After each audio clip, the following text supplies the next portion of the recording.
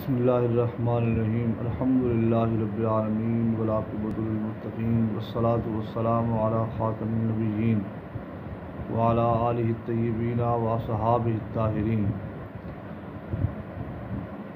اما بعد۔ ساتھیو، یہ ذوالحج شریف کا مہینہ ہے۔ اس مہینے میں اللہ تبارک و تعالی نے اپنے انعامات اور اپنے فضل، اپنے کرم سے اس مہینے کو معطر و معمر کیا ہوا ہے۔ ذوالحج شریف کا مہینہ کلام مجید فرقان حمید برہان رشید کے اور شریعت مطہرہ کی روشنی میں ذوالحج شریف کا مہینہ بڑی اہمیت رکھتا ہے، جس کی 10 راتیں ہیں۔ باقاعدہ طور پر ان 10 راتوں کو علماء کرام فرماتے ہیں رمضان المبارک کے بعد سب سے افضل راتیں جو ہیں، رمضان شریف کے جو مہینہ ہے اس کی تو دن و رات کی تو کیا ہی بات ہے، لیکن رمضان المبارک کے بعد سب سے افضل و اعلیٰ، بلند و بالا، عظمت والی، برکت والی، شانوں والی، اللہ تبارک و تعالیٰ کے انعامات، اللہ کی کرم نوازیوں سے بھری ہوئی جو راتیں ہیں یا دن ہیں، جو رات اور دن ہیں، وہ یہ ذوالحج شریف کے دن ہیں۔ یہ تمام برکتیں، یہ تمام رحمتیں، یہ تمام نعمتیں، یہ تمام خصوصی توجہ کی حامل کیوں ہیں؟ یہ میرے سیدنا ابراہیم خلیل اللہ علی نبینا علیہ الصلاۃ والسلام کی برکتیں ہیں۔ چنانچہ کلام مجید فرقان حمید برہان رشید سورہ انعام کے اندر اللہ تبارک و تعالیٰ فرماتا ہے وَكَذَلِكَ نُرِي إِبْرَاهِيمَ مَلَكُوتَ السَّمَاوَاتِ وَالْأَرْضِ وَلِيَكُونَ مِنَ الْمُوقِنِينَ، اور ہم نے ابراہیم علیہ السلام کو سب خوبیاں عطا کیں۔ تو کیوں خوبیاں عطا فرمائیں؟ ہم نے ان کو زمین اور آسمانوں کے عجائبات دکھائے۔ کیوں؟ وَلِيَكُونَ، اور تاکہ وہ موقنین، یقین کرنے والوں میں سے ہو جائے۔ ساتھیو، اللہ تبارک و تعالی نے اپنی مخلوق میں سب سے زیادہ خوبیاں انبیاء کرام کو عطا فرمائیں۔ کسی بھی نبی میں کوئی قابل نفرت بات، عیب اور خامی نہیں تھی۔ سبھی تمام کے تمام انبیاء بلند مرتبہ خوبیوں اور اعلیٰ درجے کے کمالات سے متصف تھے۔ پھر اللہ سبحانہ و تعالی جل جلالہ و نوالہ و عز برہانہ اعظم شانہ نے انبیاء کرام کو دیگر کی بنسبت، یعنی باقی مخلوق کی بنسبت زیادہ خوبیاں عطا فرمائیں۔ اگرچہ نبوت کے معاملے میں سب برابر ہیں، تمام انبیاء کرام نفس نبوت کے معاملے میں سب برابر ہیں۔ چنانچہ تمام انبیاء کرام میں سب سے اعلیٰ شان والے ہمارے آقا حضرت محمد مصطفیٰ احمد مجتبیٰ صلی اللہ علیہ وسلم ہیں۔ اللہ تبارک و تعالی نے ہمارے آقا کریم صلی اللہ علیہ وسلم کو بڑی شان عطا فرمائی، بلند مرتبہ عطا فرمائی، اور پیارے آقا صلی اللہ علیہ وسلم کے بعد سب سے زیادہ بلند رتبہ جن کو عطا کیا گیا وہ حضرت سیدنا ابراہیم خلیل اللہ علی نبینا علیہ الصلاۃ والسلام ہیں۔ علماء فرماتے ہیں اللہ تعالیٰ نے اپنی آپ کو، حضرت ابراہیم علیہ السلام کو مخلوق میں بے پناہ مقبولیت اور مرکزیت عطا فرمائی۔ حضرت آدم اور حضرت نوح علیہ السلام کے بعد تمام الہامی مذاہب میں حضرت سیدنا ابراہیم کو مرکزی حیثیت حاصل تھی اور آپ مرکزی شخصیت تھے۔ سبھی انبیاء آپ سے نسبت رکھتے ہیں۔ آپ کی شخصیت مرکز الملل اور نقطہ اتصال ہے۔ اللہ تبارک و تعالی نے فرمایا وَلَقَدْ أَرْسَلْنَا نُوحًا وَإِبْرَاهِيمَ وَجَعَلْنَا فِي ذُرِّيَّتِهِمَا النُّبُوَّةَ وَالْكِتَابَ، ہم نے نوح اور ابراہیم کو رسول بنایا اور ان کے مزید اعزاز کے لیے نبوت اور کتاب انہیں ان کی اولاد کو عطا کی۔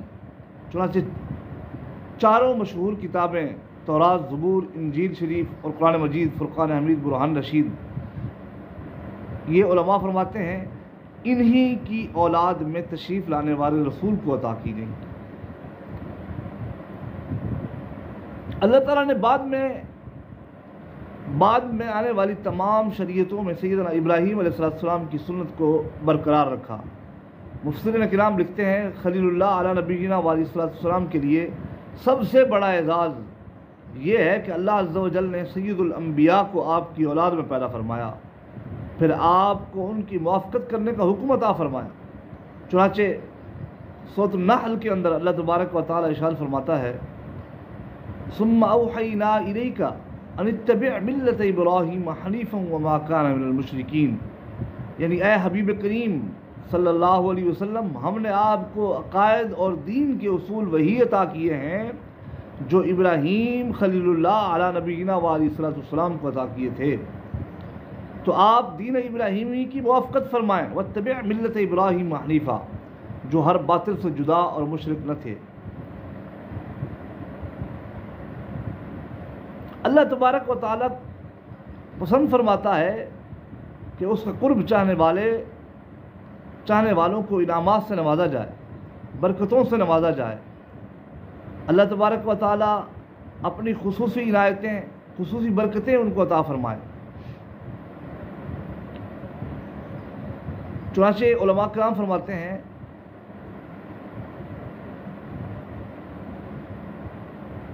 اللہ تبارک و تعالیٰ کو یہ بات پسند ہے کہ اس کا قرب چاہنے والے، اس کے خلیل جناب سیدنا ابراہیم علی نبینا علیہ السلام کے مبارک اسوہ اور پسندیدہ عادات کو اختیار کیا جائے۔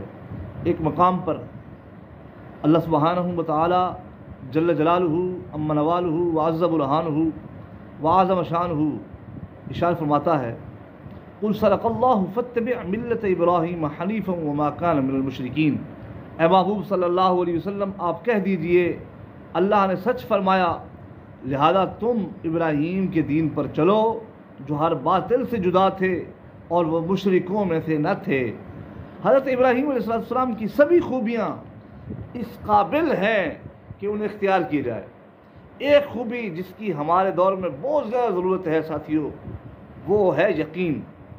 حضرت ابراہیم علیہ السلام کے یقین کے مفہوم کو خود اللہ نے ارشاد فرمایا وَلْيَكُونَ مِنَ الْمُوقِنِينَ، اور میرے ابراہیم یقین کرنے والوں میں سے تھے۔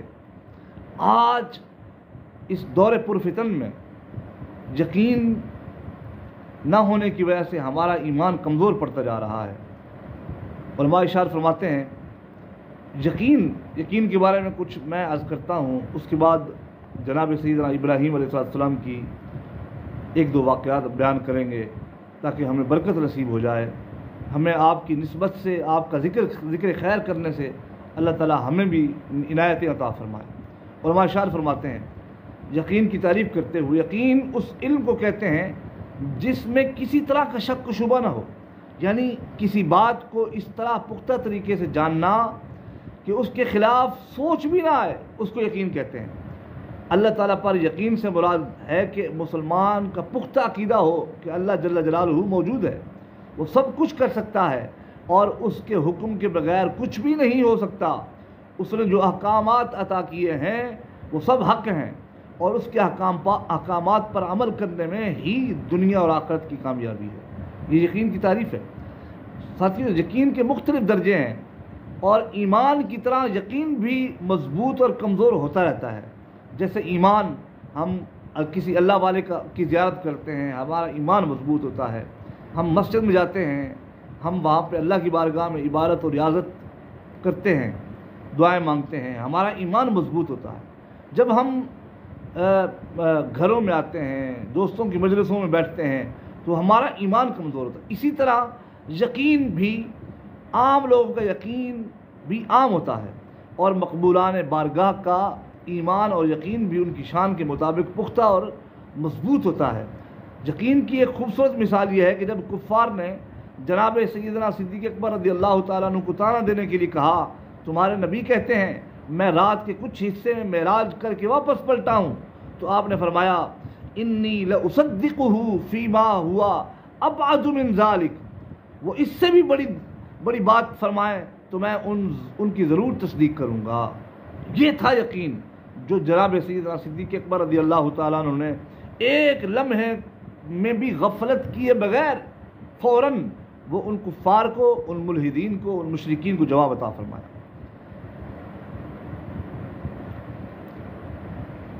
ساتھیو، قرآن و سنت کی متعدد نصوص سے معلوم ہوتا ہے کہ یقین وہ عظیم الشان دولت ہے جو اللہ تبارک و تعالیٰ اپنے پیارے بندوں کو ہی عطا فرماتا ہے۔ یقین والے ہی دونوں جہانوں میں کامیاب ہوتے ہیں، یہی اللہ تعالیٰ کی نشانیوں سے فائدہ اٹھاتے ہیں، انہیں ہی تقوی اور پرہیزگاری نصیب ہوتی ہے، اور انہی کو اللہ تبارک و تعالیٰ نے امامت اور رہنمائی کا منصب عطا فرمایا۔ علماء فرماتے ہیں جس طرح روح کے بغیر جسم مردہ ہے، اسی طرح یقین کے بغیر ایمان بے جان ہے اور اس کی چاشنی نصیب نہیں ہوتی۔ نبی کریم صلی اللہ علیہ وسلم کے وصال اقدس کے بعد سیدنا صدیق اکبر منبر رسول پر کھڑے ہو کر خطبہ دے رہے تھے کہ آپ کی آنکھوں میں آنسو آ گئے۔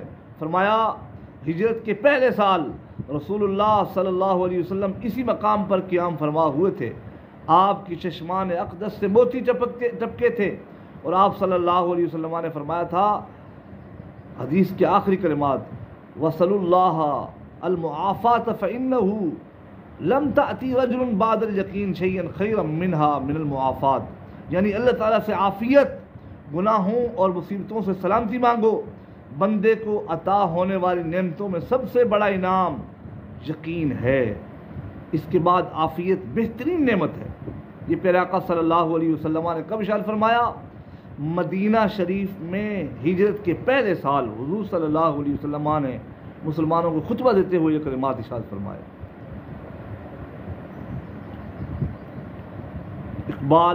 علامہ اقبال رحمۃ اللہ تعالی نے کیا ہی خوب ارشاد فرمایا، یقین پیدا کر اے ناداں، یقین سے ہاتھ آتی ہے وہ درویشی کہ جس کے سامنے جھکتی ہے فافوری۔ حضرت اب جو بات میں آپ کے سامنے گوش گزار کرنا چاہتا تھا، عرض کرنا چاہتا تھا، حضرت ابراہیم علیہ السلام کا اپنے رب پر کتنا پختہ یقین تھا۔ جس دور میں جناب سیدنا خلیل اللہ علیہ نبی جینا والی صلی والسلام تشریف لائے، انتہائی سنگین اور سخت ترین دور تھا، اور ہر طرف سے کفر اور الحاد نے اپنے پنجے گاڑے ہوئے تھے، لیکن حضرت ابراہیم علیہ السلام کے یقین کو جب ہم غور سے اور توجہ کے ساتھ پڑھتے اور سنتے اور دیکھتے ہیں تو ایمان تازہ ہو جاتا ہے، ایمان کی چاشنی نصیب ہو جاتی ہے۔ چنانچہ آئیے سنتے ہیں آپ کے یقین کو اور اپنے ایمان تازہ کرتے ہیں۔ اللہ تعالیٰ نے وصف یقین میں حضرت ابراہیم علیہ السلام کو ایسا کمال عطا فرمایا کہ ان کی زندگی میں بڑے بڑے امتحانات آئے، مگر ہر موقع پر انہوں نے یقین کا ایسا مظاہرہ کیا کہ خود خالق کائنات جل جلالہ امن والہ وعزب الہانہ نے آپ کی تعریف فرمائی۔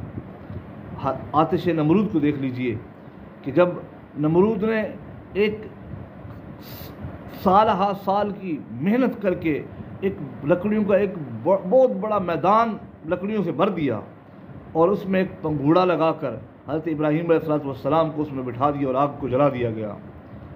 جب آگ کو جلا دیا گیا تو آگ خوب روشن تھی۔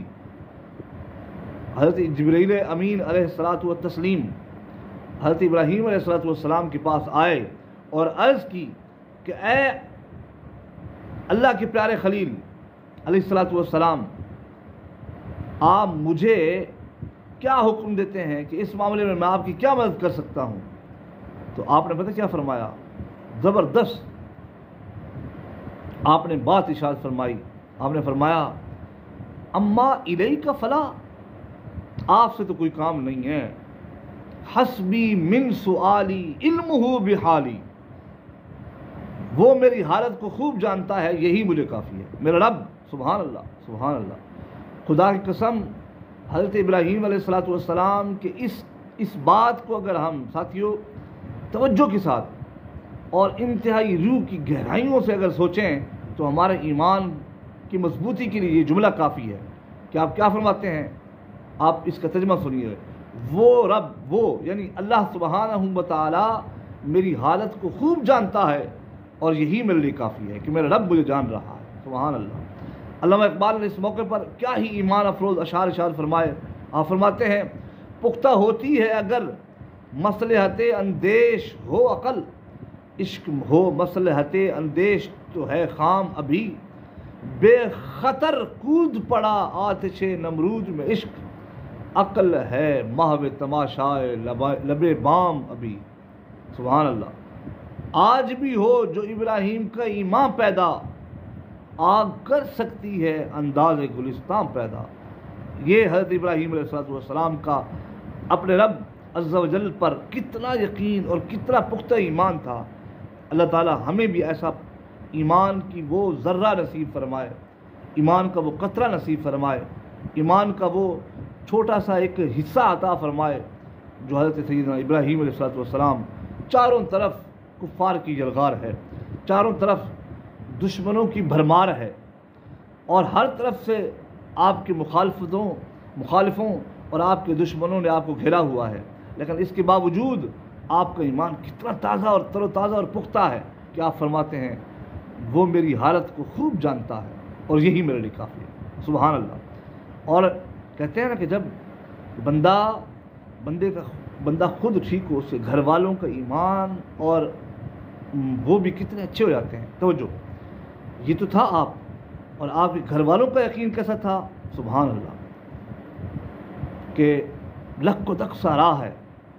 اور حضرت سیدنا ابراہیم خلیل اللہ علیہ نبینا علیہ الصلوۃ والسلام کو اللہ تبارک و تعالی نے فرزند ارجمند سے نوازا، اور بہت زیادہ عرصے کے بعد علماء فرماتے ہیں 90 سال کی عمر میں حضرت اسماعیل علیہ نبینا علیہ الصلوۃ والسلام پیدا ہوئے. اس سے پہلے آپ کی اولاد نہ تھی.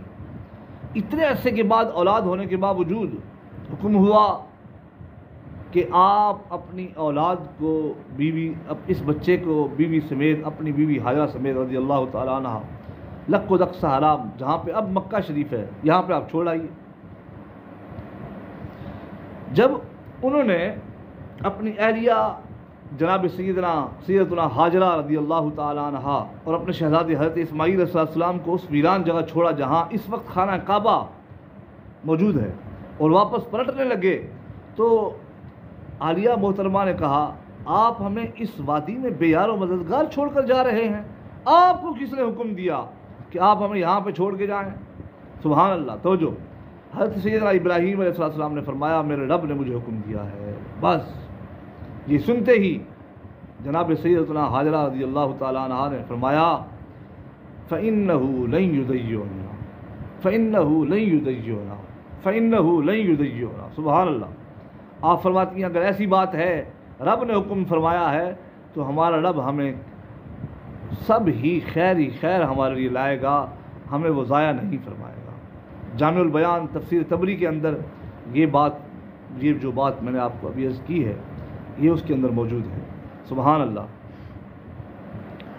میرے اعلیٰ حضرت امام اہل سنت مجدد دین و ملت الشاہ امام احمد رضا خان رضی اللہ تعالیٰ عنہ، آپ نے کیا ہی خوب ارشاد فرمایا. آپ فرماتے ہیں انبیاء سے کروں عرض کیوں مالکو، کیا نبی ہے تمہارا ہمارا نبی. یعنی گویا کہ ایک انبیاء کرام علیہ الصلوۃ والسلام کی موجودگی میں حضرت سیدنا جناب اعلیٰ حضرت رضی اللہ تعالیٰ عنہ فرماتے ہیں میں اگر وہ میرے پاس ہوتے تو میں ان سے ایک سوال کرتا کہ اے اللہ کے نبی ہو، یہ اشارہ فرماؤ کیا جیسے میرا نبی ہے کیا ایسے وہ میرا نبی تمہارا بھی نبی ہے. تو اعلیٰ حضرت فرماتے ہیں کہ مجھے یہ جواب ملتا انبیاء کی طرف سے جب میں انبیاء کی محفل میں ان کی مجلس میں کھڑے ہو کر یہ عرض کرتا انبیاء سے کروں عرض کیوں مالکو، کیا نبی ہے تمہارا ہمارا نبی. تو انبیاء کرام یہ مجھے جواب دیتے ہیں. کیا دیتے؟ یہ جواب سنیے. اعلیٰ فرماتے ہیں مجھے وہ جواب یہ دیتے ہیں جیسے سب کا خدا ایک ہے ویسے ہی ان کا تمہارا ہمارا نبی. سبحان اللہ. ساتھیوں، یہ جو ہم نے حضرت سیدنا ابراہیم علیہ السلام کے یقین کے بارے میں سنا، آج کے اس پرفتن دور کے اندر ہمیں جس چیز کی ضرورت ہے وہ ہے یقین اللہ کی ذات پر، رسول اللہ صلی اللہ علیہ وسلم کی ذات وارہ صفات پر، قرآن پاک کی ذات پر، قرآن پاک پر، اور خلفائے راشدین پر، اولیاء عظام پر، فرشتوں پر۔ آج بڑی ضرورت ہے اس بات کی کہ ہمیں اپنے یقین کو اس حوالے سے پختہ کرنا ہوگا، وگرنہ کفر نے، بے دینوں نے ہمیں چاروں طرف سے گھیر رکھا ہے۔ یہ ہمارے ایمان کو کھا جائیں گے، ہمارے ایمان کو ہڑپ کر جائیں گے اگر ہم نے اپنا ایمان مضبوط نہ کیا۔ یہ حدیث پاک سنیے، موجم الاوسط کی حدیث پاک ہے۔ حضرت سیدنا ابو ہریرہ رضی اللہ تعالیٰ عنہ اس حدیث پاک کے راوی ہیں۔ سرکار مدینہ راحت قلب و سینہ فیض گنجینہ صلی اللہ علیہ وسلم نے ارشاد فرمایا، ما اخاف علی امتی الا ضعف الیقین، مجھے اپنی امت کے بارے میں یہی ڈر ہے کہ ان کا یقین کمزور ہو جائے گا، ان کا یقین کمزور ہو جائے گا، وہ اپنے یقین میں اللہ کی ذات پر، مجھے رسول ماننے میں، قرآن پاک کو اللہ کا نازل کی ہوئی کتاب ماننے میں ان کا یقین کمزور ہو جائے گا۔ مجھے یہ کیا ہے؟ اور پیارے آقا صلی اللہ علیہ وسلم نے فرمایا مجھے یہ خوف ہے۔ یقین مثل خلیل آتش نشینی، یقین اللہ مستی خود گزینی، گرماؤ غلاموں کا لہو سوز یقین سے۔ یقین ہمارا مضبوط ہونا چاہیے۔